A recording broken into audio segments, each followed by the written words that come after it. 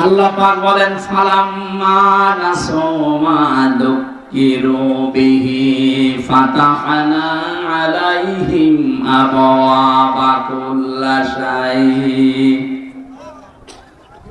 যখন এই মানুষগুলো আমি আল্লাহর নিয়ম নীতি ভুলে গেল, আমার বিধানের কথা যখন তাদের আর মনে নেই, ফাতাহনা আমি নিজে তখন খুলে দিলাম আলাইহিম তাদের উপরে আবওয়াবা কুল্লা শাই।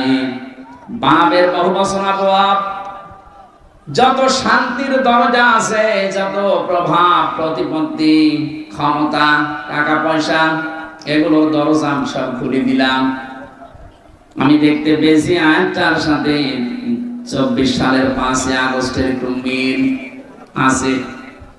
নাই তো 2006 সালে এই অক্টোবর মাসের 28 তারিখে লগি বৈঠা দিয়ে মানুষকে যেভাবে পিটিয়ে মারার পরে ড্যান্স দিয়েছে লাশের উপরে, এখন পৃথিবী দেখার পরে হতভম্ব হয়ে গেছে যে মানুষ।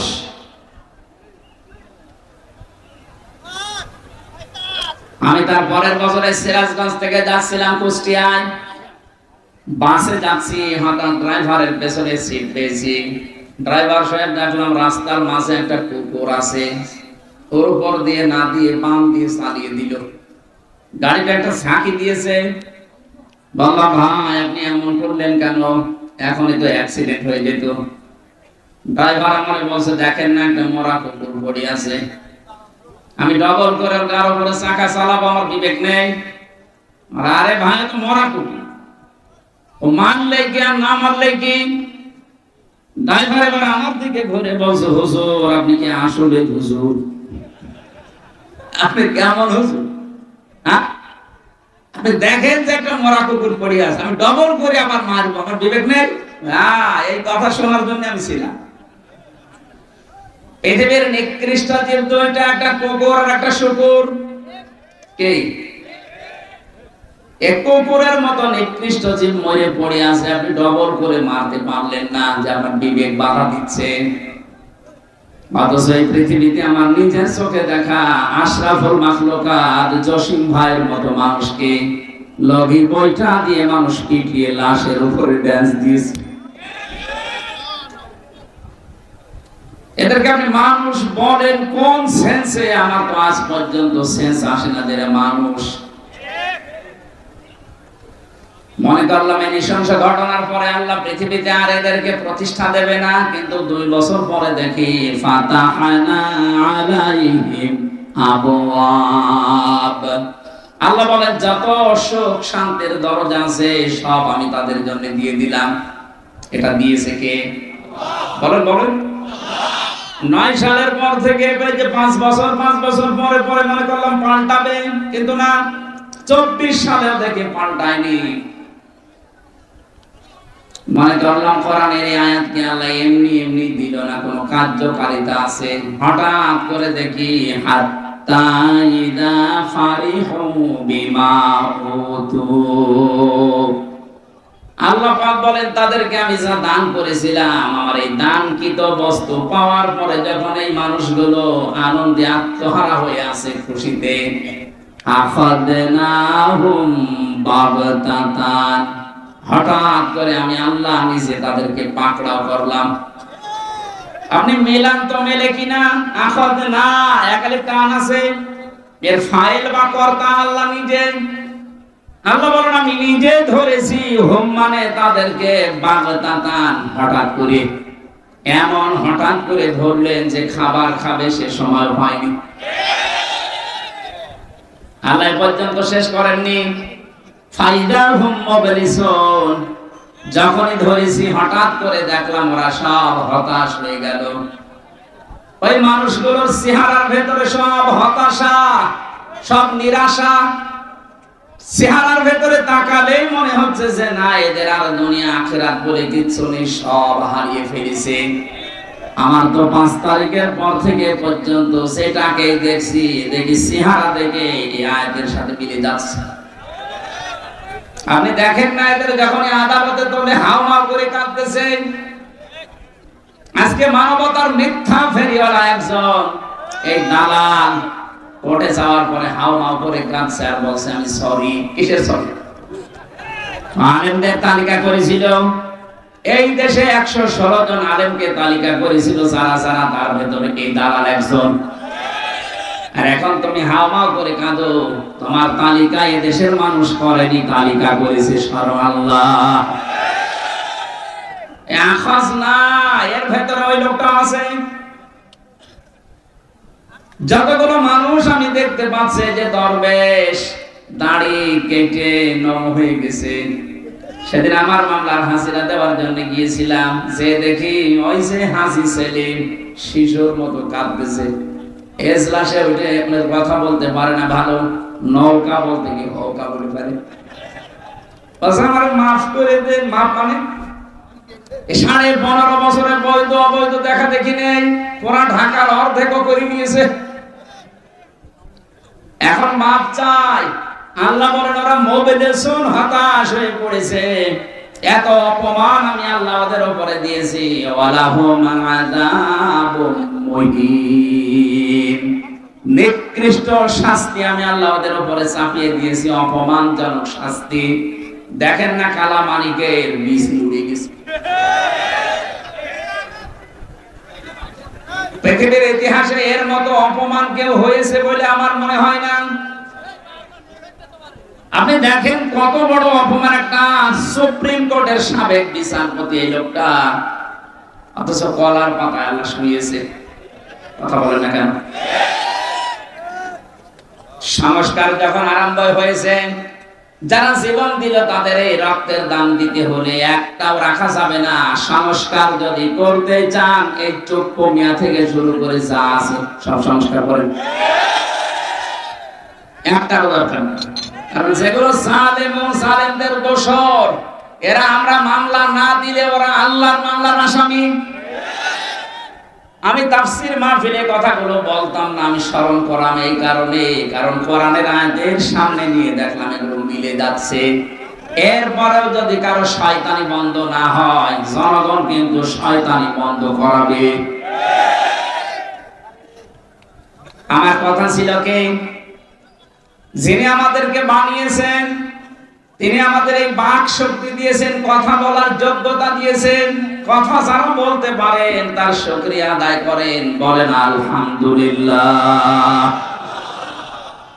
এই ময়দানে যারা কোরআন শোনার জন্য এসেছেন, আল্লাহ পাক বলেন ওয়ানজির বিহিল্লাযীনা ইয়াখাফুনা ইউহশারু ইলা রাব্বিহিম লাইসা লাহুম মিন দুনিহি ওয়ালিয়্যুন ওয়ালা শাফীউন লাআল্লাহুম ইয়াত্তাকুন।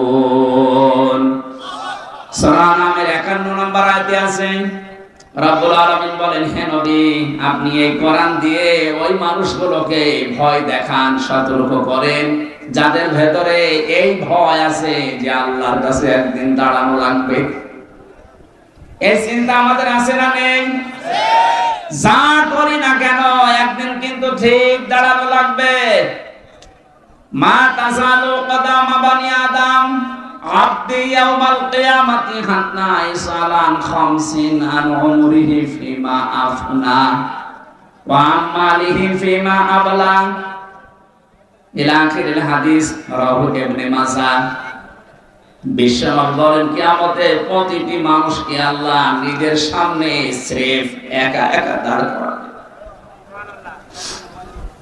রাজশাহী বাসী আজকের আলোচনা মনে করবেন আমার জন্য। আল্লাহ নিজে বলেন, আমি তোকে আমার সামনে স্রেফ একা দাঁড় করাবো, কেউ থাকবে না প্রথমে। অকুল্লুহুম আতিহি ইয়াউমাল কিয়ামাতি ফারদা। সূরা মারইয়ামের 95 নম্বর আয়াতে আছে, কিয়ামতে প্রতিটি মানুষ আল্লাহর সামনে দাঁড়াবে। কয়জন করে? বলে বলে স্রেফ একা, কেউ থাকবে না আপনার সাথে। আপনি নিজে নিজে ভাবেন তো, আপনি দাঁড়িয়ে আছেন মহান আল্লাহর সামনে স্রেফ একা। যে জীবন বানালেন এই 60 বছর 50 বছর 40 বছরের জীবন, এখনই যদি আপনার পটল তোলা হয়ে যায়, এখনই যদি চোখ বন্ধ হয়ে যায়, আপনি দাঁড়িয়ে যা করেছেন জবাব দেওয়ার মতো আছে? এই চিন্তা ভাবনা যতক্ষণ পর্যন্ত দৃঢ়ভাবে আপনার ভেতরে না আসবে ততক্ষণ আপনি নামাজ পড়তে পারেন, রোজা রাখতে পারেন, চোখ বাগায় দিতে পারেন, পীরের মুরিদ হতে পারেন, আপনার জীবন পরিচ্ছন্ন হবে না। এইটা দরকার আগে যে আমার কিন্তু দাঁড়ানো লাগবে। আইয়ুহশারু ইলা রাব্বিহিম, আল্লাহ বলেন যারা তাদের রবের সামনে দাঁড়ানো হাজির হওয়াকে ভয় করে, আপনি তাদেরকে কোরআন দিয়ে ভয় দেখালে তাদের কাজ হবে। আমাদের বিশ্বাস আছে না নেই? বলেন। যাদের ছিল তাদের দিকে তাকান। ওই মানুষগুলো এইটার কারণেই তারা পৃথিবীর শ্রেষ্ঠ মানুষ বলে পরিগণিত হয়েছে, দুনিয়ার জান্নাতের সুসংবাদ পর্যন্ত পেয়েছে। আমি যতগুলো মানুষের জীবনী পড়েছি তার ভেতর হযরত ওমর একজন, জিন্দা অবস্থায় তিনি জান্নাতের গ্যারান্টি হাতে পেয়েছেন। এমনি এমনি পাননি, পেয়েছেন। তাকান, ছেলেটা ভর্তি করলেন মাদ্রাসায়। হযরতে আলী ওই সময় দেশের প্রধান বিচারপতি, তিনিও তার ছেলেকে মাদ্রাসায় দিয়েছেন। বারবার টেবিল থেকে কলম ফেলে দিচ্ছে হযরতে আলীর সন্তান হুসাইন। হযরত ওমরের ছেলেকে বলছে আব্দুল্লাহ তুলে দাও। হযরত ওমর কিন্তু ওই সময় দেশের প্রেসিডেন্ট, তার মানে প্রেসিডেন্টের ছেলে। তিনবার কলম ফেলে দেওয়ার পরে উনি বলেই ফেললেন, বারবার কলম ফেলে দেওয়া আমরা তুলতে বলো, আমি কি চাকর তোমার খাদেম নাকি আমি? হযরত হুসাইন তিনিও রাগ করে বললেন, তুমি তো শুধু খাদেম না, তুমি খাদেমের বাচ্চা। উনি রেগে গেছেন, বাড়িতে এসে ডাক দিয়ে বলে, আব্বা আমি আর মাদ্রাসায় যাব না। কেন, কি হয়েছে? হুসাইন আমাকে গালি দিয়েছে, তোমাকেও। আমার চাকরের বাচ্চা, খাদেমের বাচ্চা যাচ্ছে তাই বলেছে, তুমি যদি বিচার না করো মাদ্রাসায় যাব না। হযরত ওমর জ্ঞানী ছিলেন, বুদ্ধিমান ছিলেন, বললেন ঠিক আছে, বিচার এখন না, জমার দিন করা হবে। জমার দিন তিনি সবাইকে নিয়ে যখন খুতবা দিচ্ছিলেন, হঠাৎ করে আলোচনা বন্ধ করে বললেন, কই হুসাইন, এই তো সামনে আসো। তুমি আমার সন্তান আব্দুল্লাহকে ক্লাসের ভেতরে গালি দিয়েছো, চাকরের বাচ্চা, গোলামের বাচ্চা, খাদেমের বাচ্চা। হ্যাঁ দিয়েছি। কেন দিলে? হযরত হুসাইন ডাক দিয়ে বলে, খলিফা বুকে হাত দিয়ে বলেন তো, আপনি কেমন নানার খাদেম ছিলেন না? হযরত ওমরের কথা বন্ধ হয়ে গেছে। তাই তো আমি তো এইভাবে ভাবি নাই। বললেন, হোসাইন তুমি যেটা বললে এটাকে লিখে দিতে পারবা? কাগজ কলম নিয়ে আসেন। খেজুরের পাতা নিয়ে এসেছে, উনি লিখে দিলেন, ওমর আমার নানার খাদেম ছিল, আমি দেখেছি। কিন্তু হোসাইন ইবনে আলী সই করে দিলাম। কাগজটা হাতে নিয়ে হযরত ওমর সমা খেলেন, ডাক দিয়ে বলেন, নবীর সাহাবীরা যান, বিচার হয়ে গেছে। হযরত আব্দুল্লাহ তো ছোট মানুষ, বলে, বাবা তুমি তো এখন বিচারই আরম্ভ করলে না, হয়ে গেল কি করে? তুমি হোসাইনকে কিছু বলবা না? হযরত ওমর চোখের পানি ফেলে দিয়ে বলে, সন্তান যে বিচার করেছি দুনিয়া না আখিরাতের কাজে লাগবে। আমি যখন মারা যাব এই কাগজটা আমার কাফনের ভেতরে দিয়ে দিও। ময়দানে মাশারে যখন আল্লাহর সামনে আমি দাঁড়াবো, মহান আল্লাহ আমার পেছনের জীবন দেখে যদি বলে না একটাও আমার ভালো লাগে না, তখন এই কাগজটা দেখাবো। রব্বুল আলামিন আমার জীবনের কিছু যদি তোমার পছন্দ না হয়, কাগজটার দিকে তাকাও, তোমার নবীর নাতি লিখে দিয়েছে আমি নবীর খাদেম ছিলাম। এই ওসিলা হলে আজকে তুমি এই ময়দানে আমারে মাফ করে দাও। রাজশাহীবাসী তারা কনসেন্সে ছিল, আমরা আছি কোথায়? আপনি স্রেফ একা ভাবেন নিচে দাঁড়াবেন আল্লাহর সামনে, এটা বলতে যত সহজ মনে হচ্ছে, শুনতে যত সহজ মনে হচ্ছে, বাস্তবতা অত সহজ না। আপনি ভাবেন তো নিজে দাঁড়িয়ে আছেন সরাসরি আল্লাহর সামনে। দুনিয়ার বিচারকদের সামনে বহু কিছু মিথ্যা সত্য উলট পালট করা যায়, গোপন করা যায়। এমন জায়গায় দাঁড়িয়ে আছেন যেখানে সত্য মিথ্যা না সব সাক্ষী আল্লাহ নিজে। আপনার শরীর পর্যন্ত সাক্ষী দেবেন। এখানে কাবা যারা তাওয়াফ করে দেখলাম ষষ্ঠ চক্করে একটা দোয়া পড়ে, কাবা শরীফ সামনে নিয়ে বলা হয় আল্লাহুম্মা ইন্না আলাইয়া হুকুকান ফীমা বাইনি ওয়া বাইনিকা। ডাক দিয়ে বলা হচ্ছে রব্বুল আলামিন, এই কাবার মালিক তুমি, আমি তোমার গোলাম, তোমার ভৃত্য, আমি তোমার চাকর, তোমার বান্দা এসেছি সেই বাংলাদেশ থেকে। আমি বান্দা হিসাবে তুমি তো বহু কিছু আমাকে দিলে, কিন্তু তুমি যে আমার মালিক সেই হিসাবে জীবনে আমি কিছুই তোমাকে দিতে পারিনি। আমার দেওয়ার মতো দেখানোর মতো আজকে আমার হাতে কিচ্ছু নেই, তবে একটা জিনিস আমার হাতে আছে, তুমি আমারে মাফ করে দাও। কোন জায়গায় দাঁড়িয়ে বলছেন এই কথা আপনি টের পাচ্ছেন? কাবার সামনে নিয়ে আল্লাহর ঘরকে। বিশ্বনবীর মতো মানুষ প্রতিদিন কমপক্ষে 100 বার করে এটা বলতেন, আল্লাহুম্মা, হে আল্লাহ, তোমার কাছে আমি সবচেয়ে বেশি চাই এটা যে তুমি যাই করো আমার হিসাবটা সহজ করে দিও। কিয়ামতের ময়দানে আল্লাহ যখন বিচার ব্যবস্থা বসাবেন, হিসাব এই শব্দটা শুনতে যত সহজ মনে হয়, বিষয়টা অত সহজ না। আল্লাহর বিচারে কিন্তু অবিচার বলে কিছু নেই। আল্লাহর বিচারে অবিচার আছে? নেই। আল্লাহর বিচারে যদি কেউ ন্যায় বিচার মনে করে যে আল্লাহ ন্যায় বিচার করো, আপনি বাঁচবেন না। ন্যায় বিচার করলে পৃথিবীর কেউ জান্নাত পাবে না। প্রশ্ন আসতে পারে, ন্যায় বিচার করলে যদি জান্নাত না পাইতে জান্নাত পাবো কি করে? আর একটা কায়দা আছে, আল্লাহ যদি মাফ করে দেয়। কথা বুঝতেছে? তাছাড়া নিজের যত ইবাদত বন্দেগী বলেন না কেন, এইটার উপরে নির্ভর করে জান্নাত আপনি হিসাব দিতে পারবেন না। আল্লাহর এক বান্দা 1000 বছর ইবাদত বন্দেগী করার পরে বনি ইসরাইলের লোক এটা মনে মনে ভেবেছিল যে আমি যা করেছি আমি জান্নাত না যেতে পারবো না। কিয়ামতে আল্লাহ বিচার ব্যবস্থা তৈরি করেছেন ঘুমের ভেতরে, তার স্বপ্নে দেখাচ্ছেন যেন বিচার কায়েম হয়ে গেছে। আল্লাহ তারে ডাক দিয়েছে সামনে, ডাক দিয়ে বলে, বান্দা তোর জীবনের উপর আমি খুশি, মাফ করে দিলাম, তুই জান্নাতে চলে যা। লোকটার মনের ভেতরে একটু অহংকার, না এত কিছু করলাম 1000 বছর, দিনের বেলা আমি রোজা রাখতাম আর জিহাদের ময়দানে কাটাতাম, আর রাতের বেলা তাহাজ্জুদের পার্টিতে কাটিয়েছি, আর আল্লাহ আমারে কিছু না বলে বলল মাফ করে দিলাম, জান্নাতে চলে যা। একটা কথা বলল, একটু ধন্যবাদ দেবে না? আল্লাহ পাকের মনের অবস্থা বুঝতে পেরে ফেরেশতাকে বলে, জাহান্নামে যেখানে গরম উঠতে থাকে, হিট, ওই জায়গার পাশ দিয়ে একটু ঘুরিয়ে নিয়ে আয়। পাশ দিয়ে ঘোরাচ্ছে, হঠাৎ করে পিপাসা, ছাতি ফেটে যাচ্ছে কলিজা, ডাক দিয়ে বলে, ভাই ফেরেশতারা আমার একটু পানির ব্যবস্থা করেন, আমি আর বাঁচতে পারি না। দুনিয়া না, এটা মাংনা পানি পাওয়া যাবে না, ফ্রি পানি পাওয়া যাবে না, পানি পেতে চাইলে আমাদের কিছু দেওয়া লাগবে। কি দেবো? আমার কিছু নেই। 1000 বছর ইবাদত বন্দেগী করলে 500 বছরের ইবাদত আমাদের দিয়ে দাও। সে কাছে দিলাম, আগে পানি দেন। পানি খাবারের পরে মানুষের প্রসাবের প্রয়োজন দেখা দেয়। প্রসাব যখন লেগেছে বলে, আমি প্রসাব ফেলবো, আমার জায়গা ঠিক করে দেন। এখানে এরকম কোন জায়গা নেই, ব্যবস্থা করতে পারি, ওই বাকি 500 বছরের ইবাদতের সওয়াব দেওয়া লাগবে, আমার জীবন বাঁচে না।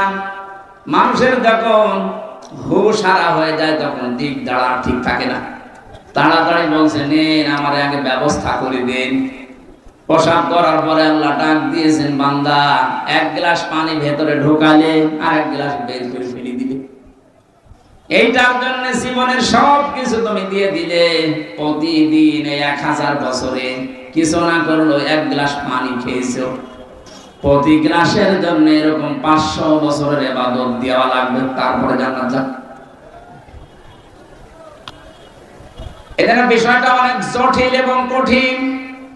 খলিফাতুল মুসলিমিন হযরত ওমরের মতো মানুষ এই শব্দটাকে সামনে নিয়ে যদি এই চিন্তা ভাবনা থাকে, আমাদেরও কোনো চিন্তা আসার দরকার আছে না নেই? এজন্য কিয়ামতে আল্লাহ কাউকে দল সহ ডাকবেন না, প্রথমে ডাকবেন স্রেফ কয়জন করে? একা। বলেন বলেন। এই আয়াত থেকে প্রমাণ পাওয়া যায় বাংলাদেশ, ভারত, পাকিস্তানে এই 3টা বিষয় বেশি। যারা বলে যে কিয়ামতে আমার বাবা জান, আমার দাদা জান লক্ষ লক্ষ মুরিদ নিয়ে উঠবে, এটা মিথ্যা কথা, এটা আয়াতের সাথে মিলে না। আপনি যদি প্রমাণ করতে পারেন কিয়ামতে এক একজন পীর লক্ষ লক্ষ মুরিদ নিয়ে মিছিল করতে করতে উঠবে, তাহলে এই আয়াত কেটে বাদ দিয়ে দেন। সূরা মারিয়াম 16 নম্বর পারা 10 নম্বর পৃষ্ঠা 15 নম্বর লাইনের শেষ নাম্বার রুকুর 95 নম্বর আয়াত। যত তাফসীর আমি পড়েছি বাংলাদেশে সব মুফাসসির এক কথা বলেছেন যে কিয়ামতে আপনাকে আল্লাহর সামনে দাঁড় করাবে আল্লাহ কয়জন করে। এটা বিচারের প্রথম স্টেপ। এরপরে বিচারের দ্বিতীয় ভাগ। আল্লাহ বলেন এবার আর তোরে একা ডাক দেব না। ইয়াউমা নাদউ কুল্লা উনাসিন বিইমামিহিম। সূরা বানী ইসরাঈল 71 নম্বর আয়াতের প্রথম অংশে আছে, 15 নম্বর পারা 8 নম্বর পৃষ্ঠা 3 নম্বর লাইনে আছে। এটা ফি জিলালিল কোরআনে পাবেন তাফসিরে। আল্লাহ পাক বলেন কিয়ামতে প্রতিটি মানুষকে এবার দ্বিতীয় স্টেজে আর একা ডাক দেওয়া হবে না। প্রতিটি মানুষকে আল্লাহ তার বিচারের ফয়সালার জন্য ডাকবেন তার নেতার সাথে। কার সাথে? এই শব্দটা শুনে কি রাজনীতি মনে হচ্ছে? নেতা এই শব্দটা শুধু দুনিয়ার সাথে জড়িত না, এটা আখিরাতের সাথে জড়িত। সত্যি কথা বলছে, যদি দুনিয়ায় যদি এটা শেষ হয়ে যেত কসমে আয়াত আমি পড়তাম না।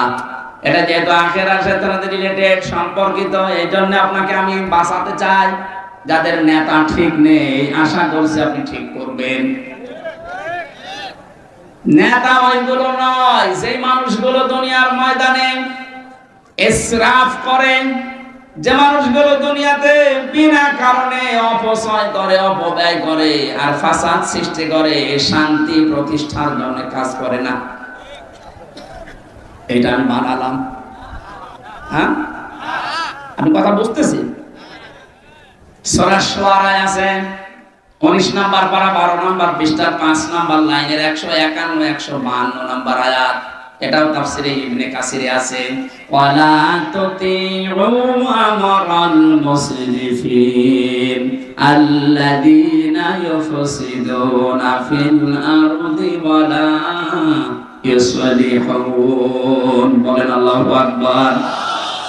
আল্লাহ বলেন ওই নেতার অনুসরণ করা জায়েজ নেই যারা ইসরাফ করে, যে মানুষগুলো অপচয় করে, অপব্যয় করে। এদেশে অপচয় 15.5 বছরে হয়নি। বলেন, একটা ব্রিজ বানাতে যদি 1 কোটি টাকা বাজেট করা হয়, অন্তত 4 বার 5 বার নিয়ে আসা হয় ওটার বাজেট। অথচ প্রথমে 1 কোটি টাকা যা দিয়েছে ওটা হয়ে যাওয়ার কথা ছিল। আপনি যে অপচয় করলেন, এইরকম যদি সামনে কেউ করে, ওই রকম নেতার অনুসরণ করা জায়েজ নেই, হারাম। পরের শব্দ আরো কঠিন।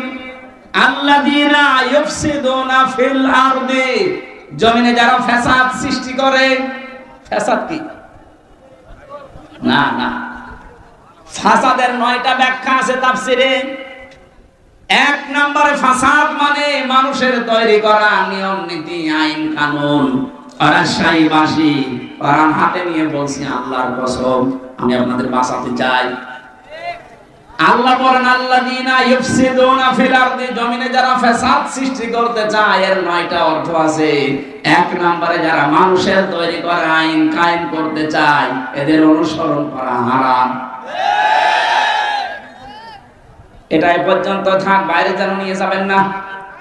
না না, বাইরে নিয়ে যাবেন না, এ পর্যন্ত থাক।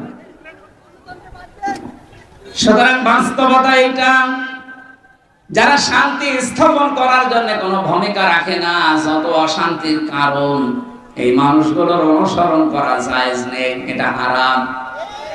এরপরও যদি কারো বিবেক না খোলে, আমার মনে হয় ওর বিবেকের উপরে কুকুরে পোশাক দিচ্ছে। অবশ্য ঠিক। কোন পাগলের পাল্লায় পড়লো পড়ে।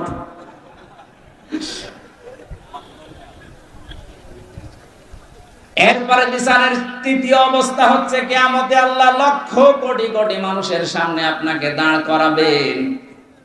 এবার অবস্থা আরো খারাপ হবে। এজন্য মাঝে মাঝে মনে হয় আল্লাহর নামের আগে আলেম লিখে দিয়েছে, মানুষেরা আলেম মনে করে। কিয়ামতে যখন এই জ্ঞানের উপরে আমার আমল না থাকবে, কোটি কোটি মানুষের সামনে ঠিক এই সম্মানের জায়গায় ঠিক উল্টা অপমান করা হবে।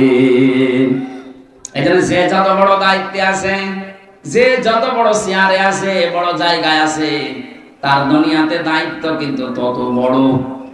ওই লোকটা যদি ওই দায়িত্ব সঠিকভাবে পালন করতে না পারে, কিয়ামতে বিচারে আল্লাহর কাঠগড়ায় ধরা খাবে। এই দেশের সবচাইতে বড় মসজিদ, কেন্দ্রীয় মসজিদ যেটা বাইতুল মুকাররম, কথা বল না কেন?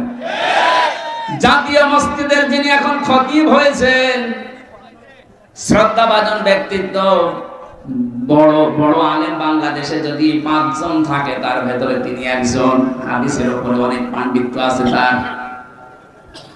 আল্লামা মুফতি আব্দুল মালিক হাফিজাহুল্লাহ, ওনার এখন সবচাইতে বড় দায়িত্ব হচ্ছে ওই ময়দানে, ওই জায়গায় বসে এই জাতিকে সংশোধনের জন্য যত সঠিক হক এই কথাগুলো তুলে ধরা। কে খতিব ওবায়দুল্লাহ সাহেব যেভাবে তুলে ধরতেন, ওবায়দুল হক, আমার মনে হয় এখন আমরা যে খতিব পেয়েছি একজন যোগ্য, আমরা চাই এই যোগ্যতা তিনি যেন কাজে লাগান। এতদিন যাদের পেয়েছিলাম তারা জালেমদেরকে নাম দিত কওমি জননী। জনগণ পিটিয়ে বিদায় করেছিল, এত জোতা মেরেছে তার দিকে জনগণ। ও বলছে না, আমার গায়ে কোনো জোতা লাগেনি। এইরকম কথা বলতে পারলি না। আমরা আশা করছি, আকাঙ্ক্ষা করছি, তামান্না করছি, যিনি আমাদেরকে এখন পথ দেখানোর জন্য দায়িত্ব নিয়েছেন কেন্দ্রীয় মসজিদের, তার ভূমিকাও হবে ঠিক ওই রকম। কথা বলে না কেন? ওখানে থেকেও যদি জাতিকে সংশোধনের কথা, সঠিক কথাগুলো তুলে ধরতে না পারে, কোন ভয় যদি পেছনে কাজ করে, তাহলে ওই জায়গায় বসে থেকেও জবাব দেওয়া লাগবে কিয়ামতে। আমার মনে হয় জাতীয় মসজিদের এই কথাগুলো বিভিন্ন মিডিয়ার মাধ্যমে সারা দেশের মানুষের কাছে যেমন পৌঁছায়, ওনার দায়িত্বটা এখন অনেক বেড়ে গেছে। নামাজ পড়া যে এরকম ফরজ, কি কথা বলে না কেন? ঠিক এইরকম ফরজ এই পৃথিবীতে আল্লাহর দ্বীন কায়েম করা। নামাজ পড়া ফরজ, নামাজের 27টা শিক্ষা, এইগুলো আমরা অনেককেই বলতে দেখি। দ্বীন কায়েম করা ফরজ, এই কথা অনেকে তো বলেই না, আর বলতে গেলে মানুষ রাজনীতি মনে করে। বিশ্বনবী 13 বছর মার খেয়েছিলেন মক্কায়, এই কথাগুলো বললে অনেকে কান্নাকাটি করে। অথচ উনি যে 10 বছর মদিনার রাষ্ট্রপ্রধান ছিলেন, এই কথা বলতে গেলে এটা রাজনীতি। আমি তাদের উদ্দেশ্যে একটা ছোট্ট কথা বলছি, কয়েক মিনিটে খেয়াল করবেন। আমি গতানুগতিক কথা বলছি না, চিন্তা ভাবনা করে বলছি। আমি দেখতে পাচ্ছি এই চরিত্রের মানুষ এই দেশে এখন বাড়তেছে।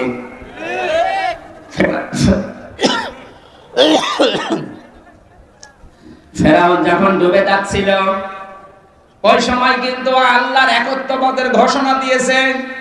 এখানে যারা তাফসীর পড়তে পারে, সূরা ইউনূসের 90 নম্বর আয়াতের মাঝের অংশের তাফসীরটা পড়েন। হাত্তা ইযা আদরাকাহুল গরাকু ক্বালা আমানতু আন্নাহু লা ইলাহা ইল্লাল্লাযী আমানাত বিহি বানু ইসরাঈল। আল্লাহ বলেন যখন ডুবে যাচ্ছিল তখন ঘোষণা দিয়েছে, আমি ঈমান আনলাম ওই আল্লাহর উপরে যার উপরে বনি ইসরাঈলরা ঈমান এনেছে। কিন্তু ওই জামানার যিনি প্রেরিত পুরুষ আল্লাহর পক্ষ থেকে নবী এবং রাসূল এবং কিতাব নিয়ে এসেছিলেন, মুসা নবী। কথা বলেন না? ওই জামানার প্রেরিত পুরুষ যিনি ছিলেন নবী, রাসূল এবং আসমানি বড় কিতাবের একটা তাওরাত, এ পর্যন্ত জানেন না? এইটা জানার পরেও লোকটা ঘোষণা দেয়নি যে লা ইলাহা ইল্লাল্লাহ। মুসা কালিমুল্লাহ, ও বলেছে লা ইলাহা ইল্লাল্লাহ, কিন্তু রিসালাতের ঘোষণা না দিয়ে আর বিদ্রোহ করেছে। আমানাত বিহি বানু ইসরাঈল, যে বনি ইসরাঈলরা যার উপর ঈমান এনেছে আমি তাকে বিশ্বাস করি। কিন্তু এই জামানার যিনি প্রেরিত পুরুষ আমি তাকে মানি না, কারণ তার সাথে দ্বন্দ্ব ছোটবেলা থেকেই। এক কথা বলেন না কেন? বুঝতেছেন আপনি আয়াতটা? ও যখন রিসালাতের ঘোষণা দেয়নি, এই মানুষটাকে আমার আল্লাহ গ্রহণ করবে না, এজন্য জিবরাইলকে বলেছে ওর মুখের উপরে কাদা দিয়ে দে। এটা তাফসিরে ফি জিলালিল কোরআনে পাবেন। মুখের উপরে যখন কাদা দিয়েছে তখন আর কথা বলতে পারেনি, ওর পর্যন্ত শেষ। এখানে প্রায় 28টা বিষয় লেখা আছে তাফসিরে, একটা একটা করে। আমি কয়েকটা শিক্ষার জন্য বলছি, একটু মিলা। এই লোকটা কিন্তু আল্লাহর একাত্মবাদ বিশ্বাস করেছে, ঘোষণাও দিয়েছে, কিন্তু রিসালাতের ঘোষণা দেয়নি। আজ বাংলাদেশ, ভারত, পাকিস্তানে অনেক মুসলমান আমরা দেখতে পাচ্ছি। আমি অন্যান্য দেশের অবস্থা ভালোভাবে দেখেছি, কিছুদিন আগে আমি কয়েকটা দেশ ঘুরলাম। ও দেশে তো অবস্থা ওই রকমই, ওগুলো আমাদের বিষয় না, আমাদের দেশেরটা বলছি। এদেশে 96% মুসলমান আমরা। অনেকেই বলে আমি নামাজ পড়ি, রোজা রাখি, হজ করে এসেছি, আমি দান সাদকা করি। বলেন তো এই যে 4টা বিষয় বললাম, এই হুকুমগুলো কার? আরো জোরে বলেন। না, আমি আলেমদেরকে এবার জিজ্ঞাসা করি। পেছনে কথা বলছেন না, কথা বলুন, মাফ করবেন, কথা বলবেন না। এই যে 4টা বিষয় বললাম, লোকজনকে জিজ্ঞাসা করলে বলবে আমি নামাজ পড়ি, রোজা রাখি, হজ করে এসেছি, দান করি। এই 4টা বিধানই কার? এই 4টা হুকুম কার? আরো জোরে বলেন কার? আপনি তো এই কথা বলেন, স্বীকারও করেন যে আমি তো মানি। রাসূলের 10 বছরের জিন্দেগি যেটা তিনি রাষ্ট্র চালিয়েছিলেন, রাষ্ট্রপ্রধান হয়ে। আরে ভাই, রাষ্ট্রপ্রধান হলে রাজনীতি করা লাগে না? কথা বলে না কেন? এইটা করে উনি যখন রাষ্ট্রপতি হলেন, দেশ চালালেন 10 বছর, এই কথাগুলো যখন সামনে নিয়ে আসা হয় তখন বলে এটা তো দুনিয়ার বিষয়, এটা রাজনীতি। আল্লাহর কসম, এইরকম মনোভাব যাদের, তাদের মরণ হবে ফেরাউনের মতো। নেন এবার কোন হুজুর নিয়ে আসবেন, আয়াতের ভুল বের করেন, পড়েন। যদি পড়ার পরে আমার মনে হয় মাঝে মাঝে আল্লাহ ওই জায়গায় যেন আমার মতো একজন থাকে, কাউকে নেই, স্রেফ একা পর্দার ভেতরে ডাক দিয়ে আমাকে তুমি একা একা জিজ্ঞাসা করো, হামজা এই করেছিলি? আমি স্বীকারও করব, কারণ আমি এখনই স্বীকার করছি সবার সামনে যে আমি অপরাধী। কথা বলেন কেন? এই বাংলাদেশে যে তাওবা গুলো হয়, এখানে যারা ইমাম আছে, মসজিদে গেলে তাওবা পড়ায়, পীরের দরবারে তাওবা পড়ায়, এগুলা একটা তাওবার বাক্য, কিন্তু তাওবা এর নাম না। কোরআনে কারিমের সূরা জুমারের 53-54 নাম্বার আয়াত, ভালো করে তাওবা যদি কেউ করতে পারে, ওর জীবনের অপরাধগুলো আল্লাহ শুধু মাফ করবে না, পুরাটা মাফ করে জায়গাটা নেকি দিয়ে পাল্টিয়ে দেবে। আজকের এই ময়দানে এসে সুযোগটা কাজে লাগাতে চাই। যেহেতু এসেছি আমরা ভালো হওয়ার জন্য, কথা বলেন ঠিক কিনা? আজকে জীবনের অপরাধগুলো শুধু মাফ করে বাড়ি যাব তা না। যেহেতু তাওবা করলে অপরাধ শুধু মাফ হয়ে যায় না, ওই জায়গাটা আল্লাহ নেকি দিয়ে পুরা পাল্টিয়ে দেয়। আজকে যেন এইটা করে বাড়ি যেতে পারি। এটা সূরা ফুরকানের ভেতরে আছে 71 নাম্বার আয়াতে, ফাউলাইকা ইউবাদদিলুল্লাহু সাইয়্যাতিহিম হাসানাত। দুইটাই বহু বছর। কোন মানুষ যখন ঈমান আনার পরে তাওবা করার সিদ্ধান্ত নিয়ে বাড়ি থেকে এই ময়দানে আসবে, ও যদি সত্যি এই কথা মন থেকে বলে, আল্লাহ আমি কিন্তু আজকে ভালো হয়ে যাব, আল্লাহ বলেন ওই মানুষগুলোর পেছনের অপরাধ সব আমি আল্লাহ আমার গফুর আর রহিম নামের খাতিরে মাফ করে জায়গাটা নেকি দিয়ে পাল্টিয়ে দেব। আমি যদি সত্যি এরকম মন নিয়ে আজকে এখানে তাওবা পড়তে পারি, যেটা কোরআনে কারিমের সূরা জুমারে আছে, ওই শর্তগুলো মেনে নিয়ে আমি 100% আজকে বিশ্বাস করতে পারি আমার 32 বছরের জীবনের অপরাধ আল্লাহ মাফ করে দিয়ে জায়গাটা নেকি দিয়ে পাল্টিয়ে দেবে।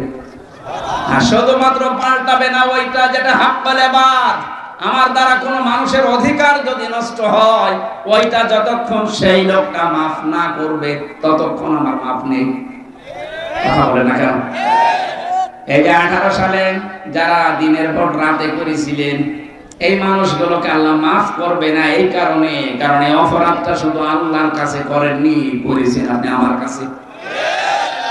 আমার সাথে যে ওসি সাহেব ছিল জেলখানায় 3 বছর, আমার মাঝে মাঝে বলতো, হুজুর এই নির্বাচনের আগে আমি নিজে দায়িত্বে ছিলাম, ওই ফেনীতে ছিল উনি, রাত 12টা থেকে আমার যে দলবল আছে এদেরকে নিয়ে আমি একেবারে শুরু করলাম আল্লাহর নাম নিয়ে, ফজরের আযান পর্যন্ত মারলাম, পুরাটা সিল শেষ করার পরে গোসল করলাম, ওযু করার পরে নামাজে দাঁড়ালাম আর বলছি আস্তাগফিরুল্লাহ। আছে কি আর কি মারা জিনিস? আচ্ছা, কর্মকে বিবেকে তো পরে আর মেনে নিল না যে করলাম কি।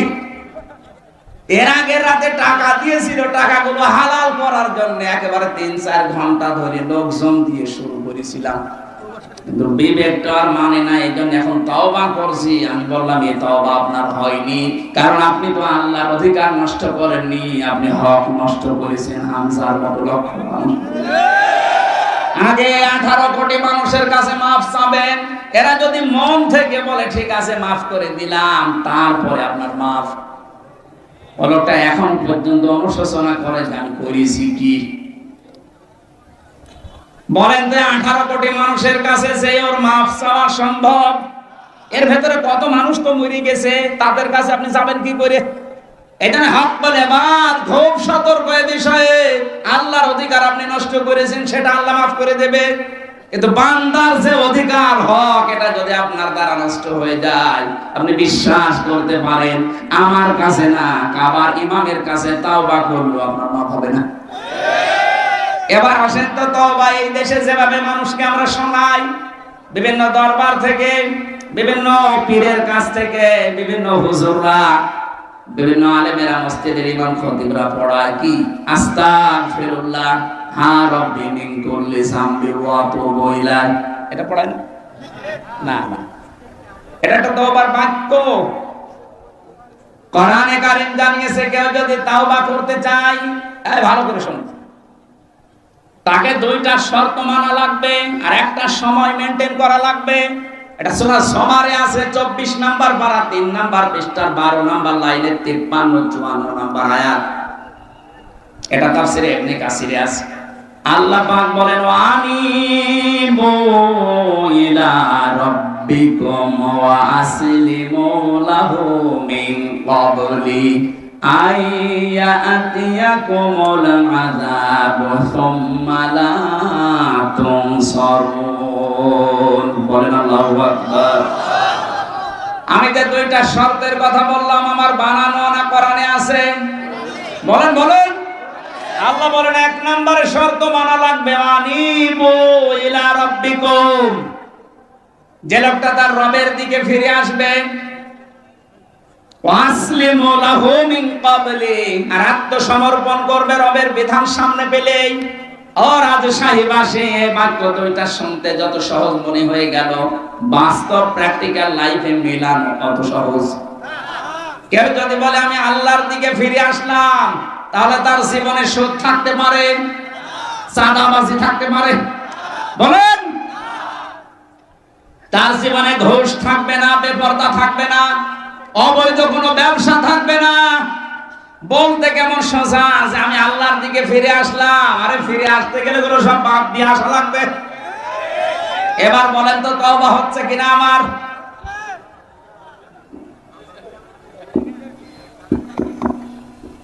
দুই নম্বরে ছিল আসলিমু, আত্মসমর্পণ করবেন, সারেন্ডার করবেন। দুনিয়া একদিকে হয়ে যাক, আমি যদি একা স্রেফ দাঁড়িয়ে থাকি, তাও আমি আল্লাহর বিধান সামনে একাই দাঁড়িয়ে থাকবো। বলেন এই 2টা বিষয় শুনতে যত সহজ মনে হচ্ছে, প্র্যাকটিক্যাল লাইফে, বাস্তব জীবনে মেনে নেওয়া কি অত সহজ? যারা মেনে নিতে পারে এই মানুষগুলোকে আল্লাহ বলেন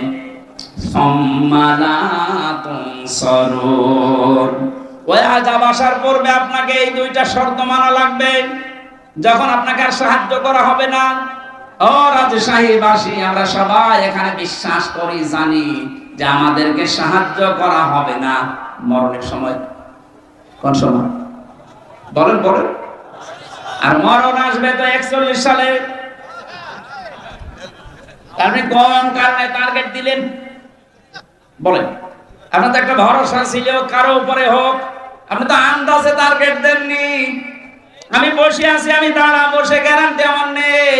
আর আপনার বয়স 84 বছর, আবার টার্গেট দিয়েছেন 41, আবার জন্ম নেবেন আরেকবার। মাঝে মাঝে জেলখানায় কিছু ভয়ঙ্কর আসামি আসতো আমার সাথে দোয়া নেওয়ার জন্য। এটা মুকিম গাজী, আর 160 বছর জেল।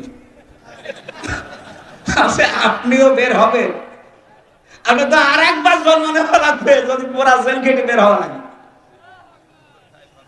যে লোকটা মারা গেল, এই যে শাহজাহান জল্লাদ, ও একবার এসেছিল এইরকম বড় বড় গোপ দেখে আমার ভয় লেগে গেছে। কে আপনি? বলছে আমি জল্লাদ। বলো জল্লাদ এরকমই হয়।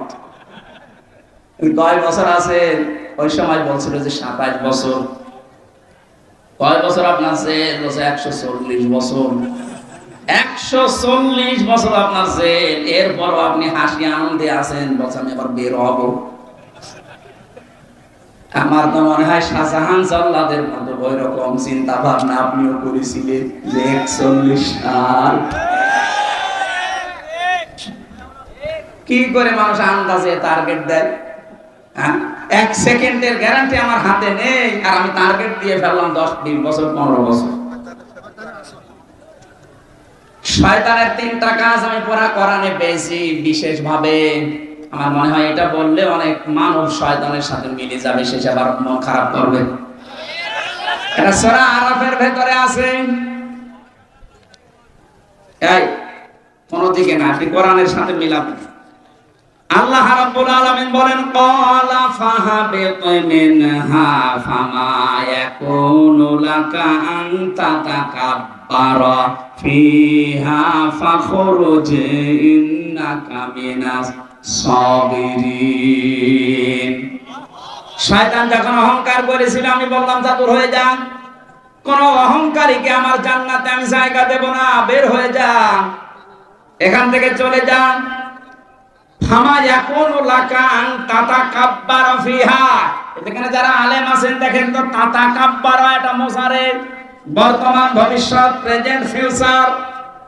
আল্লাহ বলেন এই শুধু এই সময় না, কিয়ামত পর্যন্ত কোনো অহংকারীর জায়গা আমার এই মানানো জান্নাতে হবে না, বের হয়ে যা। ফাখরুজ ইন্নাকা মিনাস সাবিরিন, তোকে আমি দুর্বল করে দিলাম, নিম্নগামী করে দিলাম, ছোট করে দিলাম, অপদস্থ করলাম। কিয়ামত পর্যন্ত মানুষ শুধু তোরে গালি দেবে। আপনি দেখেন দুনিয়ায় অনেকে নিজে অন্যায় করে আর গাল দেয় শয়তানকে। ওই সময় শয়তান আল্লাহকে বলেছে, আল্লাহ আমি এত ইবাদত বন্দেগী করেছি, এত সেজদা দিয়েছি, বিনিময়ে তুমি আমারে কিছু দেবে না? তুমি তো ন্যায় বিচারক, একটা ন্যায় বিচার আমার উপরে করো। আল্লাহ বলেন কি চাবি বল। ও 3টা জিনিস চেয়েছে। তাফসিরে আমি পড়েছি কিয়ামত পর্যন্ত যারা শয়তান মার্কা মানুষ তারা এই 3টা জিনিস চাইবে। আপনি দেখেন আপনার সাথে আবার মেলে কিনা। 1 নম্বরে শয়তান বলেছে ক্বালান দিরনি ইলা ইয়াউমি ইউবাসুন, হে আল্লাহ আমাকে তুমি ছাড় দাও, আমি বাঁচতে চাই, কিয়ামত পর্যন্ত আমার হায়াত বাড়িয়ে দাও। আল্লাহ বলেন দিলাম। মুফাসসির লিখেছেন শয়তান মার্কা মানুষগুলো দুনিয়ায় বেশি দিন বেঁচে থাকার আকাঙ্ক্ষা পেশ করে। আর আপনি তাকান তামাম দুনিয়ার অবস্থা এক, শয়তান মার্কা মানুষগুলো বেশি দিন বেঁচে থাকে। এত মানুষ মরে, শয়তানের মরণ নেই, আরো বৃদ্ধি বাড়ে।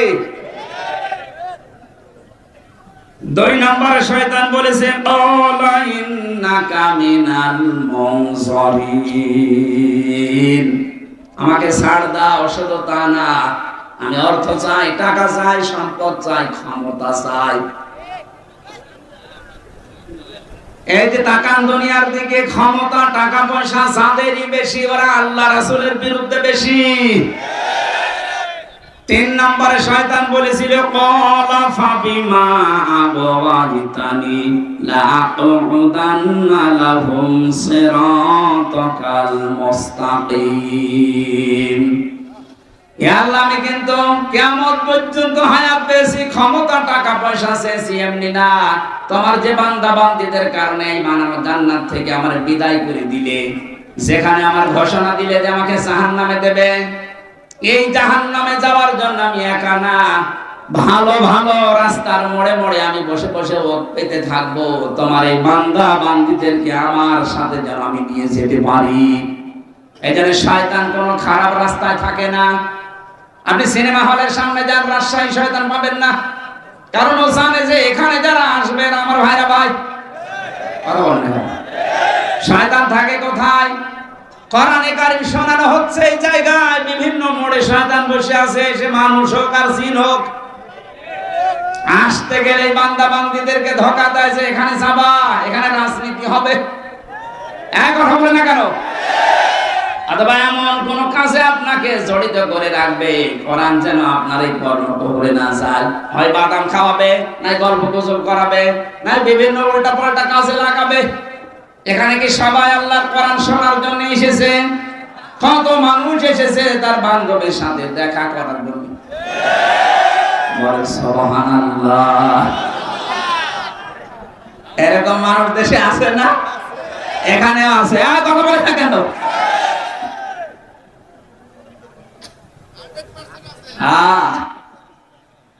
শয়তান যে তিনটা জিনিস চায়, আমরা যেহেতু মানুষ, আমরা ওই তিনটা জিনিস চাইবো। বেশি দিন বেঁচে থাকার আকাঙ্ক্ষা আমাদের নেই। আমাদের আকাঙ্ক্ষা এই, মুমিন যত তাড়াতাড়ি বিদায় নিতে পারবে তত তাড়াতাড়ি সে আল্লাহর সাথে সাক্ষাৎ পাবে। বিশ্বনবীকে অফার দেওয়া হয়েছিল, আপনি যদি বাঁচতে চান আপনাকে আমি ছেড়ে যাব। আজরাইল এসে বলছে, হযরতে আজরাইলকে নবীকে বললেন, আমি যদি বাঁচতে চাই তাহলে কতদিন? বলে যতদিন ইচ্ছা থাকতে পারবেন। তারপরে কি হবে? মরা লাগবে। মরাই যদি লাগে আমি আর বাঁচতে চাই না। হযরতে জিবরাইল আর আজরাইল দুইজন মিলে বলছিলেন, ইয়া রাসূলুল্লাহ, অথচ আপনার জন্য মহান আল্লাহ ইন্তজার করতেছে, অপেক্ষা করতেছে দেখা করার জন্য। নবীজি আবু বকরকে ডাক দিয়ে বললেন, এই পৃথিবীর সব সম্পদ আল্লাহ একটা বান্দাকে দিতে চেয়েছিলেন, কিন্তু সে বান্দা সব সম্পদ উপেক্ষা করে তার মাবুদের সাথে দেখা করা বেশি জরুরি, বেশি প্রয়োজন মনে করেছেন। বলেন সুবহানাল্লাহ। নবীর উম্মত আমরা যারা দাবি করি, আমাদেরও আকাঙ্ক্ষা এই, এ দুনিয়ায় আমরা বেশি দিন বাঁচতে চাই না। বেশি দিন বেঁচে থাকার আকাঙ্ক্ষা এটা শয়তানের।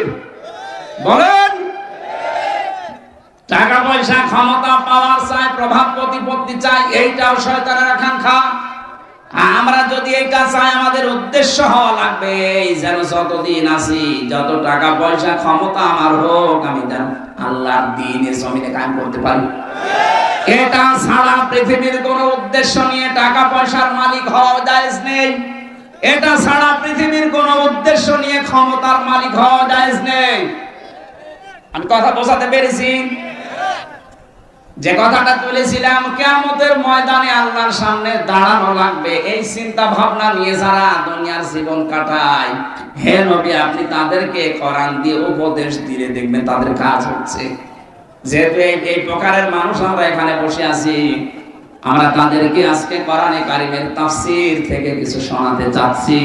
আল্লাহ আমাকে বলার মতো, আপনাদেরকে বোঝার মতো যোগ্যতা দান করেন, আমিন। সূরা শুআরার 214 নম্বর মাত্র একটা আয়াত পড়েছি। আল্লাহ আমার মাথার ভেতরে কোরআন সম্পর্কে যা দিয়েছেন, আমার তো মাঝে মাঝে মনে হয় আয়াতে আল্লাহ যত কথা দিয়েছেন, আমার সারা জীবন যদি আয়াত নিয়ে আলোচনা করি আয়াতটা শেষ করা সম্ভব না, এত কথা এর ভেতরে আছে। তাফসীরুল কোরআন মাহফিল লিখেছেন, আমরা আসেন তাফসীরে প্রবেশ করছি। জবান খুলে কোরআনের এই সোনালী আয়াত একবার পড়েন, আউযু বিল্লাহি মিনাশ শাইতানির রাজীম, বিসমিল্লাহির রহমানির রহিম,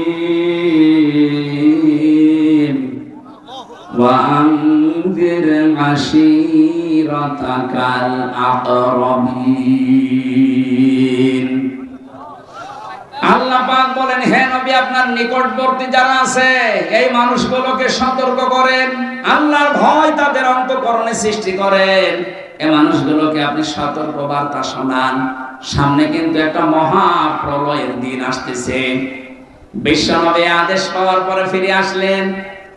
এর আগে আরো যে কয়টা আয়াত পেয়েছিলেন, ওই কয়টা পাওয়ার পরে খাদিজার কাছে প্রথমে এসে বলেছিলেন, ইয়া খাদিজা জাম্মিলুনি জাম্মিলুনি, খাদিজা আমি ভয় পেয়েছি, আমার জীবনের উপরে আমার আশঙ্কা হচ্ছে, তুমি আমাকে ঢেকে দাও। স্বামী যারা আছেন এবারে কথাটা শুনবেন। স্বামী নেই এখানে? হ্যাঁ, স্বামী নেই। হ্যাঁ, এবার আপনাদের জন্য হযরতে খাদিজা ওই দিন নবীজিকে ঢেকে দিয়েছিলেন আর 5টা কথা বলেছিলেন। আপনার স্ত্রী যদি এই 5টা কথা আপনার জীবন সম্পর্কে বলতে পারে, আপনার চরিত্র সম্পর্কে বলতে পারে, আপনি বিশ্বাস করতে পারেন আপনি নবীর উম্মত। আর যদি এই 5টার একটাও আপনার স্ত্রী বলেন না, মিলছে না, আপনি নবীর উম্মত হতে পারেননি। হযরতে খাদিজা ওই দিন প্রথম তাকে বলেছিলেন, কাল্লা, কখনোই না, আল্লাহি, আল্লাহর কসম, মা ইখজিক আল্লাহু আবাদান, আল্লাহ কখনো আপনাকে অপমান অপদস্থ করতে পারে না, আপনাকে ভয় দেখাতে পারে না। 1 নাম্বার এটা বলার পরে তিনি বললেন, ইন্নাকা লা তাসিলুর রিহমা, আপনি তো রক্তের সম্পর্ক ঠিক রাখেন। ও রাজশাহীর মা বোনেরা, ও ভাইরা যারা স্বামী আছেন, আপনার স্ত্রীর পক্ষ থেকে এই সার্টিফিকেট আপনি কি পেয়েছেন? না, বলেন। আপনার স্ত্রী কোনদিন আপনাকে বলেছে যে না আমার স্বামী যাই করুক সে কিন্তু রক্তের সম্পর্কগুলো ঠিক রাখে? অথচ এখানে অনেক বুজুর্গ বান্দা বসে আছে, নামাজ 5 ওয়াক্তের জায়গায় 6 ওয়াক্ত পড়ে, তাহাজ্জুদ মিলে, অথচ নিজের আপন ভাইয়ের সাথে রক্তের সম্পর্ক ঠিক রাখে না। নিজের বোনের জমি জায়গা নিয়ে ঝামেলা করে তার সাথেও সম্পর্ক কাট করে দিয়েছে। এক কথা বলে না কেন? রক্তের সম্পর্ক যাদের সাথে আছে, দুনিয়া একদিকে হয়ে যাক, এদের সম্পর্ক কিন্তু ঠিক রাখা লাগবে। এটা এত দামি বিষয়, সব যখন আল্লাহর বানানো শেষ, তখন এই যে রক্তের সম্পর্ক, যেটা রেহেম বলা হয় আরবিতে, এইটা আল্লাহর পা চেপে ধরেছে, কুদরতি পা। ডাক দিয়ে বলে, মাবুদ তুমি তো সবাইকে সবকিছু বললে, তা আমার বিষয়ে কিছু তো বললে না।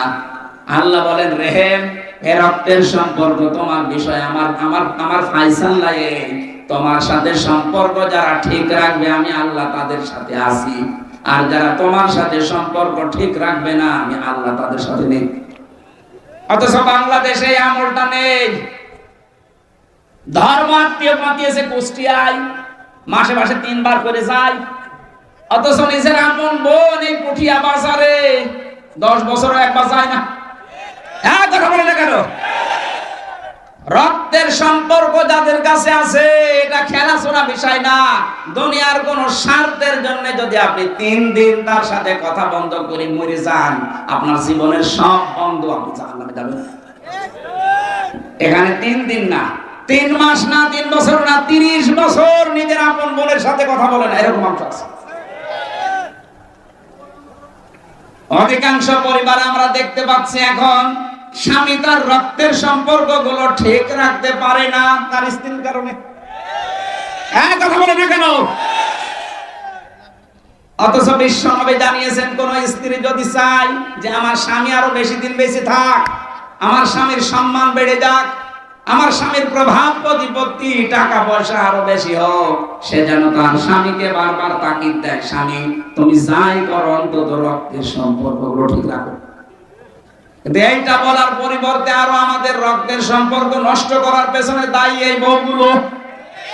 হ্যাঁ বলেন। আর এই বউকে বারবার তাকিদ দেয়, ওকে কান পড়া দেয় ওর মা আর ওর বড় বোন। এটা বেশি করে ফেললাম না? আজ 100টার প্রায় 98টা পরিবারের সমস্যা এই। কি হয়েছে আপনার?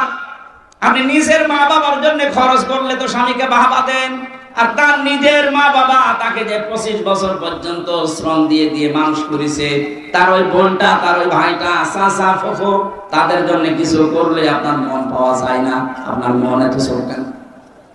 এরকম ছোট মনের বউ আছে কার হাত বলেন তো? তাহলে ওয়াজ করে করবো। এই এলাকায় আমার মনে হয় আয়াত পড়ার দরকার নেই, আমি অন্য আয়াত পড়ি। যা বসে আছে এসব তো আল্লাহর ওলি। আলহামদুলিল্লাহ, এলাকায় মেয়েরা অনেক ভালো। রাজশাহী তো না, আমি তো হাসির খোরাকি দেয়নি ভাই, এটা যে কত মারাত্মক অপরাধ। স্ত্রী স্বামীর সার্টিফিকেট দিচ্ছে, আপনি ভয় নেই।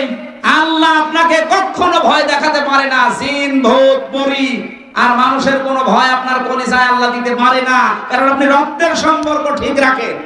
যারা রক্তের সম্পর্কগুলো অটুট রাখে, ঠিক রাখে, তাদের ভয় আল্লাহ দূর করে দেয়। অথচ আমাদের এগুলো ঠিক নেই, এজন্য ট্রাকের চাকা নষ্ট হলে আমরা অজ্ঞান হয়ে যাই। সেই দিন একবার কোন জায়গা থেকে যাচ্ছিলাম যেন, চাঁপাইনবাবগঞ্জ থেকে, গাড়ি থামিয়ে পুলিশ বলছে, হুজুর আমার বুকে ফু দিয়ে দেন। কেন? ডিউটি করছিলাম, হঠাৎ দেখলাম তাল গাছের ভেতরে কি যেন নড়ে উঠলো। তাল গাছের ভেতরে কি নড়ে উঠেছে, ভয় পেয়েছে। তো ভয় তো পাবে, কত মানুষের অধিকার নষ্ট করছে না। সম্মানিত মা বোনেরা, মনটা উদার করে। কয়দিন থাকবেন দুনিয়ায় বলেন তো? এই কয়দিনের জন্য আপনার বিশাল আখেরাত আপনি নষ্ট করে ফেলছেন। মনে করছেন এইটা আর কি দুনিয়ার কাজ। কে বলেছে দুনিয়ার কাজ? এইটা দিয়ে আপনার আখেরাত তৈরি হবে। অনেক শাশুড়ি পাওয়া যায়, তারা দেখে মাঝে মাঝেই বলেন, আমার এই জামাইটা খুব ভালো, শুধু আমার মেয়ের কথা শোনে, এরকম জামাই দেশে নেই। আর আমার ওই যে ছেলেটা, ওইটা একটা বলদ হারামজাদা। কেন? খালি ওর বর কথা শুনতে। আরে আপনার জামাই তার বর কথা শুনলে সে আল্লাহর ওলি, আর আপনার ছেলে ওর বর কথা শুনলে আপনার সমস্যা। যে সমস্ত ছেলেরা নিজের স্ত্রী নিয়ে সন্তুষ্ট আছে, বাইরের কোনো দিকে খেয়াল করে না, সেই ছেলে নিয়ে আপনার মা বাবা তাদের আরো গর্ব করা উচিত। সন্তান যদি স্ত্রীর কাছে একটু সময় বেশি দেয়, তাকে ভালোবাসা আদর বেশি করে, মা বাবার আর অনেকের মন পাওয়া যায় না, বলে বউ আমার ছেলেকে দখল করে ফেলেছে। আপনার তো আর 2 রাকাত নামাজ পড়ে দান সাদকা করা উচিত, যে আমার ছেলেটা অন্তত বাইরে লাইন করে না। কথা বল না কেন? 1 নম্বরের স্বামী ওইটা উত্তম স্বামী, যে মানুষের রক্তের সম্পর্কগুলো ঠিক রাখে। আর এইটার জন্য যারা সাহায্য করতে পারে, সেটা আপনার স্ত্রী, আপনার শাশুড়ি, আর শাশুড়ির বড় মেয়েটা।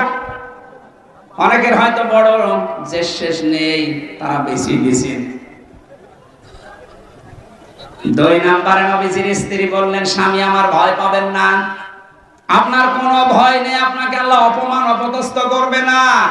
তাকসিবুল কাল্লা, তাহমিলুল কাল্লা, হাদিসের 2 নম্বর পয়েন্ট এটা। তাহমিলুল কাল্লা, আপনি মানুষের বোঝা বহন করেন, দুঃখের বোঝা, ঋণের বোঝা, বিভিন্ন কষ্টের বোঝাগুলো আপনি বহন করেন। আপনাকে আল্লাহ কোনো বোঝা দিতে পারে না। অথচ বাংলাদেশে আল্লাহর নবীর উম্মত অনেক দেখেছি, তারা মানুষের বোঝা হালকা করা দূরের কথা, আরো বোঝা চাপিয়ে দিয়েছে। 15.5 বছরের প্রশাসন বলেন, বিচার ব্যবস্থা বলেন, তাকান এদের দিকে, কত মানুষের বোঝা এরা আরো হালকা করা দূরের কথা আরো ভারী করে দিয়েছে। বিনা কারণে বাড়ি থেকে একটা ছেলেকে আপনি তুলে নিয়ে গেলেন, ওই পরিবারে একটা বোঝা তৈরি করে দিলেন। যিনি পালিয়েছেন তার দিকে তাকান, লক্ষ কোটি কোটি টাকা নিজের দলের লোকের নামে, আত্মীয় স্বজনের নামে বাইরে পাঠিয়ে দেশটাকে একটা ঋণের বোঝা দিয়ে গেলেন। এই দেশে এখন কেউ জন্মগ্রহণ করলে তার মাথার উপরে 1 লাখ টাকা ঋণ। এই যে 1570 জন মানুষ মারা গেল, 2780 জন মানুষ এখন হাসপাতালে বেডে কাতরাচ্ছে। কারো 2 হাত নেই, কারো পা নেই, কারো চোখ নেই, কারো অন্ডকোষ নেই। এই মানুষগুলো তার পরিবারের জন্য মা বাবার কাছে বোঝা না, ভাই বোনের কাছে বোঝা না। কথা বলেন না কেন? এই বোঝা যিনি দিয়ে গেলেন, উনি নবীর উম্মত দাবি করতে পারেন? নবীর উম্মতের বাইরে যারা আছে তারা কি? সে যা বলেন বলেন। নবীর উম্মত হতে হলে আপনাকে মানুষের বোঝা হালকা করা লাগবে। সে ঋণের বোঝা হোক, দুঃখের বোঝা হোক, কষ্টের বোঝা হোক, আর আপনি বোঝা দিয়ে গেলেন। এই 2780 জন মানুষ সারা দেশে যারা যারা এভাবে পঙ্গু হয়েছে আপনার কারণে। এই মানুষগুলো এখন দেশের জন্য, পরিবারের জন্য, সমাজের জন্য বোঝা। কথা বলেন না কেন? আপনার ভেতরে ভয় তৈরি হবে না, হবে কার? ভয়েই তো পালিয়েছে। আল্লাহ বলেন, যারা মানুষের বোঝা হালকা না করে আরো চাপিয়ে দেয়, বোঝা ভারী করে দেয়, তাদের ভেতরে বিভিন্ন ভয় আমি তৈরি করে দিই। খাবার খাবে, 5টা মিনিট জাতির উদ্দেশ্যে কিছু লিখবে, সে সময় আল্লাহ দেয়নি, ভয়ে তাড়াতাড়ি মন নিয়ে পালিয়েছে। পরের পয়েন্ট গুলো স্বামীকে বলছে, স্বামী তাকসিবুল কাল্লা, তাকসিবুল মাদুমা, হে স্বামী আপনি ভয় পাবেন না, আপনি তো বস্ত্রহীনকে বস্ত্র দান করেন, উলঙ্গ মানুষকে আপনি কাপড় পরান। আর এমন মানুষ আমরা দুনিয়ায় পাচ্ছি যারা জাতিকে আরো উলঙ্গ করে দিয়ে গেল। জাতির লোককে পোশাক পরানো দূরের কথা, জাতির লোককে আজ উলঙ্গ করার চেষ্টায় আছে। এই যে নাটক সিনেমার মাধ্যমে কি মানুষকে পোশাক পরায় না পোশাক খোলে? আরো জোরে বলেন। আমরা চাই এমন নভেল, এমন নাটক, এমন থিয়েটার তৈরি হোক যেটার দ্বারা ইরান তৈরি করে না, কথা বলেন না কেন? আপনি দেখেন না তাদের পোশাক আশাক? আমি বিশ্বের মুসলিম দেশগুলোতে যেখানে যেখানে গেছি দেখেছি তাদের নভেল গুলো, নাটক গুলো কিভাবে তারা তৈরি করেছে শিক্ষামূলক। মা বাবার সাথে আচরণ খারাপ করলে কি শাস্তি হয় ওটা দুনিয়ায় তারা দেখাচ্ছে। আপনি ওইটা বানাতে পারেন না। ওদের সিনেমা তৈরি হয় কাপড় খোলা দিয়ে, শেষ হয় কাপড় খোলা। এখানে কি শিক্ষা আছে? অথচ লজ্জাস্থান উন্মুক্ত করা এটা শয়তানের কাজ। কথা বলেন না কেন? আজ বাংলাদেশের মেয়েদেরকে অনেকে সুজুর ভয় দেখাচ্ছে, অনেক রাম বাম আর অনেক মুনাফিক। ইসলাম যদি এই দেশে এসে যায় তোমরা কিন্তু এভাবে আর খোলামেলা বেড়াতে পারবে না, তোমাদের ঘর বন্দি করা হবে। কে বলেছে আপনাকে? ইসলাম যদি এই দেশে আসে সবচাইতে নিরাপদে থাকবে মেয়েরা। কথা বলেন। আপনি নিয়ে এসে দেন না কেন? কোথা থেকে মেয়েদেরকে আল্লাহর নবী কোথায় পৌঁছিয়েছে সেই নবীর হাদিস এখনো নেই? দিন মেয়েরা যে নির্যাতিত নিগৃহীত ওই জায়গা থেকে ইসলাম তাদেরকে রানীর সিংহাসনে বসাবে ইনশাআল্লাহ। আমিরে জামাত ডাক্তার শফিকুর রহমান এই ঘোষণা দিয়েছেন, মেয়েরা যদি নিরাপত্তা, শান্তি, স্বস্তি পেতে চায় ইসলাম এদেশে আসুক। ওরা আফসোস করবে এই 53 বছরের জন্য যে আরো আগে কেন ইসলামের দেশে কায়েম হলো। যারা যে সুজুর ভয় দেখাচ্ছেন তাদেরকে যে ইসলাম আসলে ঘরবন্দি হয়ে যাবা, যার যে স্বাধীনতা সেটা সে অর্জন করে তার মন মতো চলবে, কিন্তু শর্ত পর্দায় থেকে করা লাগবে। তখন এই হোস্টেলে নিজের চাচাতো বোন, মামাতো বোন, খালাতো বোন নিয়ে আপনি আর যেতে পারবেন না। অবৈধ ব্যবসাগুলো বন্ধ হয়ে গেলে, জেনা ব্যভিচার যেই দেশে বন্ধ হয় ওই দেশে আল্লাহর রহমতের দরজা আল্লাহ খুলে দেয়। আশা করছি এইটার সামনে পরিবেশ আসতেছে, যদি আল্লাহ ইসলামে দেশে এনে দেয় আল্লাহর কসম এই পৃথিবীতে সবচাইতে বেশি শান্তিতে আপনার থাকবেন। ঘুষ চাওয়া, দুর্নীতি করা, চাঁদাবাজি করা, যদি কেউ শোনে যে চাঁদাবাজি করেছে হাত ভেঙে ফেলা হবে। যদি শোনা যায় যে ঘুষ চেয়েছে ওর হাত ভেঙে ফেলা হবে। ইসলামী রাষ্ট্রে এইটাই। আল্লাহ যেন ওইটা আমাদের চর্ম চোখে দেখার তৌফিক দেন, বলেন আমিন। এজন্য আমাদের পোশাক পরানোর ব্যবস্থা করা লাগবে। যার যা আছে এটা দিয়ে জাতিকে আজ পোশাক পরা আরো উলঙ্গ করছি আমরা। 3 নম্বরে আপনি তো মেহমানদারি করান, আমরাও মেহমানদারি পেয়েছি। এই 15.5 বছরে যারা আমাদেরকে ধরেছিল আমরা তো তাদের মেহমান ছিলাম। কি মেহমানদারি করেছে? আমার 11 ঘন্টা টানিয়ে রেখেছে, কালো কাপড় দিয়ে চোখ বেঁধে, পেছনে আজকে যেমন ব্যারিস্টার সুমনকে বেঁধেছে পেছনে আমার ওইভাবে বেঁধেছিল। মাথায় ডান্ডা বেড়ি দিয়ে, মাথায় দড়ি দিয়ে 11 ঘন্টা মাটির নিচ ওই ঘরের ভেতরে। আপনি কেন এই কাজ করলেন? নিজেরা এসে আমারে বলছে আপনার কোনো দোষ নেই, আমি জানি, এটা করেন কেন? আমি তো আপনার মেহমান, সেই কয়দিন আছে আদালত আপনার কাছে দিয়েছে মেহমান হিসাবে। আপনি জিজ্ঞাসা করতেন আমার মামলার বিষয় করেন। আন্দাজে এমন প্রশ্ন করে জীবনে আমি কোনোদিন নাম শুনিনি। মেহমানের সাথে যারা ভালো ব্যবহার করবে তাদের ভয় দূর করে দেবে কে? যারা হককে সাহায্যের জন্য, দুনিয়ায় প্রতিষ্ঠার জন্য চেষ্টা চালায় তাদের ভয় দূর করে আল্লাহ। এজন্য পৃথিবীতে হক হচ্ছে আল্লাহর কোরআন। আর জোরে বলেন, এইটা প্রতিষ্ঠা করার জন্য কোন চেষ্টা আমাদের দরকার নেই। বলুন, যার যে জায়গা থেকে আমাদের এই মেন কাজ হবে নামাজের মতো, রোজার মতো, হজের মতো, এটা যেন এই দেশে কায়েম করা যায়। আল্লাহ আমাদেরকে এটা চর্ম চোখে দেখার তৌফিক দাও। 56,000 বর্গ মাইলে তোমার কোরআন দিয়ে দেশটা চলছে। 53 বছর তো আমরা বিভিন্ন জিনিস দেখেছি।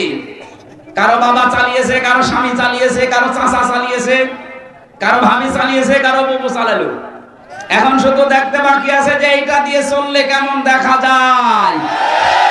কারা কারা এটা দেখতে চান? দেখে লিল্লাহে তাকবীর।